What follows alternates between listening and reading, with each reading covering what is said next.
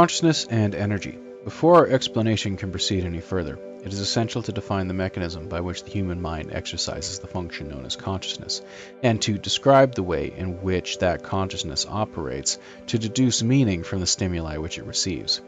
To do this, we will first consider the fundamental character of the material world in which we have our physical existence, in order to accurately perceive the raw stuff with which our consciousness must work. The first point which needs to be made is that the two terms, matter and energy, tend to be misleading if taken to indicate two distinctly different states of existence in the physical world as we know it. Indeed, if the term matter is taken to mean solid substance as opposed to energy, which is understood to mean a force of some sort, then the use of the former is entirely misleading. Science now knows that both the electrons which spin in the energy field located around the nucleus of the atom and the nucleus itself are made up of nothing more than oscillating energy grids. Solid matter, in the strict construction of the term, simply does not exist. Rather, atomic structure is composed of oscillating energy grids surrounded by other oscillating energy grids which orbit at extraordinarily high speeds. In his book, Stalking the Wild Pendulum, Ishtok Bentov gives the following figures. The energy grid which composes the nucleus of the atom vibrates approximately 10 to the 22nd hertz, which means 10 followed by 22 zeros. At 70 degrees Fahrenheit, an atom oscillates with the rate of 10 to 15 hertz. An entire molecule comprised of a number of atoms bound together in a single energy field vibrates in the range of 10 to 9 hertz. A live human cell vibrates at approximately 10 to 3 hertz. The point to be made is that the entire human being, brain, consciousness, and all that is, like the universe which surrounds him, is nothing more or less than an extraordinarily complex system of energy fields. The so-called states of matter are actually variances in the state of energy, and human consciousness is a function of the interaction of energy in two opposite states, motion versus rest, in a manner described in the following paragraph. Holograms. Energy creates, stores, and retrieves meaning in the universe by projecting or expanding at certain frequencies in the three-dimensional mode that creates a living pattern called a hologram.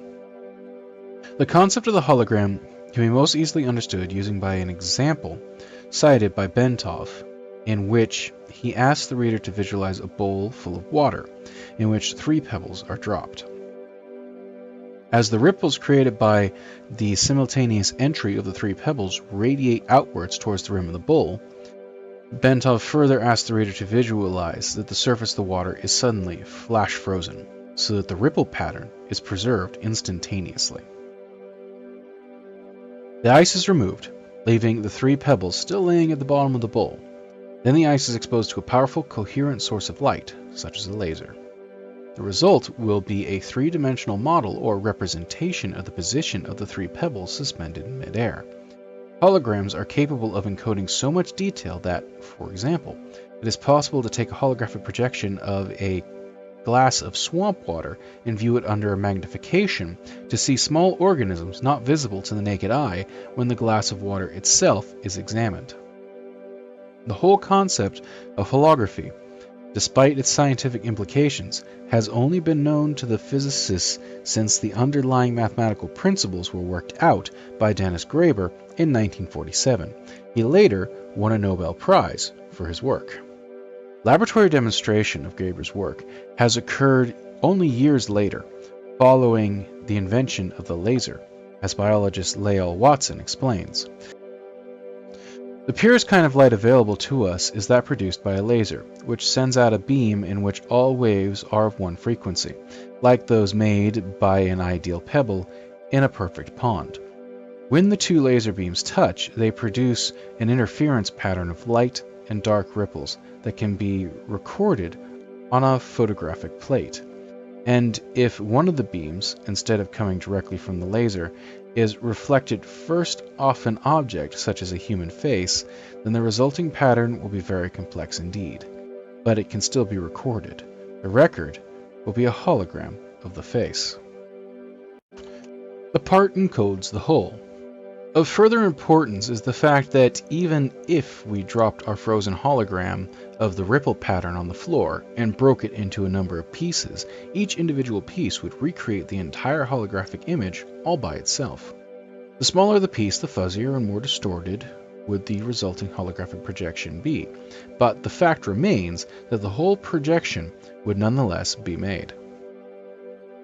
The key to creating any hologram is that the energy in motion must interact with energy in a state of rest, non-motion.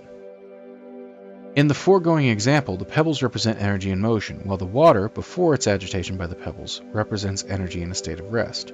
To activate, or in effect to perceive, the meaning of the hologram, energy, in this case a coherent light source such as a laser beam, must be passed through the interference pattern generated by the interaction between the moving energy and the energy at rest.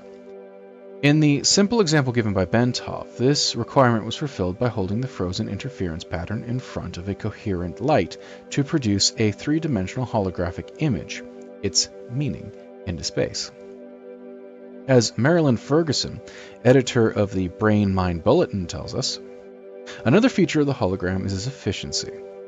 Billions of bits of information can be stored in a tiny space. The pattern of the holographic photograph is stored everywhere on the plate. The consciousness matrix. The universe is comprised of interacting energy fields, some at rest and some in motion. It is, in and of itself, one gigantic hologram of unbelievable complexity. According to the theories of Karl Pribram, a neuroscientist at the Stanford University, and David Bohm, a physicist at the University of London, the human mind is also a hologram, which attenuates itself to the universal hologram by medium of energy exchange, thereby deducing meaning and achieving the state which we call consciousness. With respect to states of expanding or altered consciousness, such as Gateway uses, the process operates in the following way. As energy passes through various aspects of the universal hologram and is perceived by the electrostatic fields which comprise the human mind, the holographic images being conveyed are projected upon those electrostatic fields of the mind and are perceived or understood to the extent that the electrostatic field is operating at a frequency or amplitude that can harmonize and therefore read the energy carrier wave pattern passing through it. Changes in the frequency and amplitude of the electrostatic field which comprises the human mind determines the configuration and hence the character of the holographic energy matrix which the mind projects to intercept meaning directly from the holographic transmissions of the universe. Then, to make sense of what the holographic image is saying to it, the mind proceeds to compare the image just received with itself. Specifically, it does this by comparing the image received with that part of its own hologram which constitutes its memory. By registering differences in geometric form in the energy frequency, the consciousness perceives, see Exhibit 2, as psychologist Keith Floyd puts it, contrary to what everyone knows is so, it may not be that the brain produces consciousness, but rather consciousness that creates the appearance of a brain. And here we have the figure.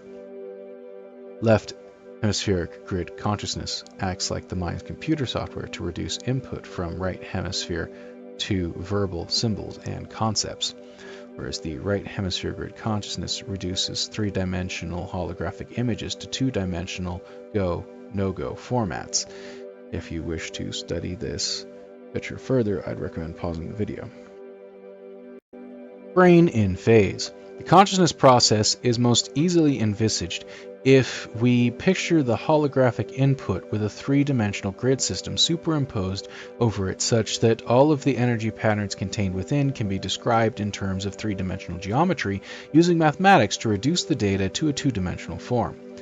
Bentov states that scientists suspect that the human mind operates on a simple go, no-go system, as do all digital computers. Therefore, once it superimposes a three-dimensional matrix over holographic information it wishes to interpret and reduces that information mathematically to two-dimensional form, it can completely process it using Its fundamental binary system, just as any computer made by the hand of man can process volumes of data and make various comparisons between the data and information stored in its digital memory. Our minds operate in the same way, perceiving by comparison only. Bentov states that the proposition in this way. Our whole reality is constructed by constantly making such comparisons. Whenever we perceive something, we always perceive differences only. In states of expanded consciousness, the right hemisphere of the human brain, in its holistic, nonlinear, and nonverbal mode of functioning, acts as the primary matrix, or receptor, for this holographic input, while operating in phase or coherence with the right brain, the left hemisphere provides the secondary matrix through its binary computer-like method of functioning to screen further the data by comparison and reducing it to discrete, two-dimensional form.